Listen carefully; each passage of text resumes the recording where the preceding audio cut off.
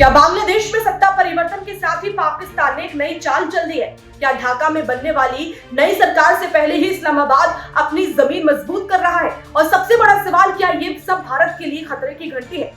नमस्कार, आप देख रहे हैं जी भारत और मैं हूं आपके साथ वर्षा सोनी। आज हम बात करेंगे बांग्लादेश की राजनीति, पाकिस्तान की कूटनीति और भारत की सुरक्षा पर मंडराते नए सवालों की।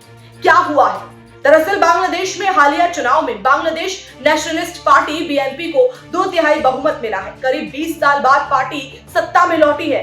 बीएनपी प्रमुख तारिक रहमान प्रधानमंत्री पद के दावेदार माने जा रहे हैं, लेकिन शपथ से पहले ही उन्हें पहला आधिकारिक न्योता पाकिस्तान से मिला है। पाकिस्तान के प्रधानमंत्री शहबाज शरीफ ने फोन पर बातचीत की, चुनाव जीतने पर बधाई दी और एक्स पर पोस्ट कर भाईचारे के रिश्ते मजबूत करने की बात कही। उन्होंने पूर्व प्रधानमंत्री खालिदा जिया की विरासत का भी जिक्र किया। पाकिस्तान को इतनी जल्दी क्यों? राजनीतिक विश्लेषकों के मुताबिक पाकिस्तान ढाका में नई सरकार बनने से पहले ही अपने रिश्तों की नींव मजबूत करना चाहता है। पाकिस्तानी रिपोर्ट्स के अनुसार दोनों नेताओं ने सहयोग बढ़ाने और नियमित संपर्क में रहने की सहमति जताई है। बताया जा रहा है कि तारिक रहमान ने भी शहबाज शरीफ को बांग्लादेश आने का निमंत्रण दिया है, यानी दोनों देशों के बीच तेजी से नजदीकियां बढ़ने के संकेत हैं। भारत के लिए ये अहम क्यों? पिछले कई वर्षों में शेख हसीना के कार्यकाल में भारत और बांग्लादेश के रिश्ते काफी मजबूत रहे। सीमा प्रबंधन, आतंकवाद विरोधी सहयोग, सुरक्षा तालमेल, इन मुद्दों पर नई दिल्ली और ढाका के बीच करीबी समझ रही। लेकिन अब हालात बदल रहे हैं। बीएनपी का झुकाव पारंपरिक रूप से पाकिस्तान की ओर माना जाता रहा है। अगर नई सरकार इस्लामाबाद के साथ संबंध तेजी से बढ़ाती है तो ये भारत के पूर्वी बॉर्डर की सुरक्षा के लिहाज से चुनौती बन सकता है। जमात फैक्टर भी अहम।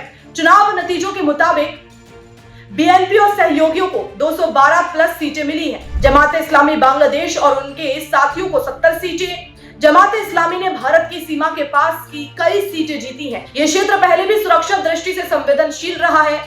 विश्लेषकों का मानना है कि अगर कट्टरपंथी ताकतों का प्रभाव बढ़ता है तो भारत को पूर्वी सीमा पर अतिरिक्त सतर्कता रखनी पड़ सकती है। क्या ये नई रणनीति है? शेख हसीना के तख्ता पलट के बाद से पाकिस्तान लगातार बांग्लादेश के साथ संपर्क बढ़ा रहा है। अंतरिम सरकार के दौरान भी पाकिस्तानी मंत्री और सैन्य अधिकारी ढाका गए थे।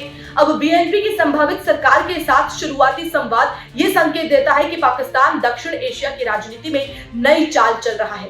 लेकिन सबसे बड़ा सवाल है कि आगे क्या होगा? क्या बीएनपी भारत और पाकिस्तान के बीच संतुलन साध पाएगी? क्या ढाका की नई सरकार नई दिल्ली के साथ पुराने सुरक्षा समझौते जारी रखेगी, या दक्षिण एशिया की कूटनीति में नया समीकरण बनने जा रहा है?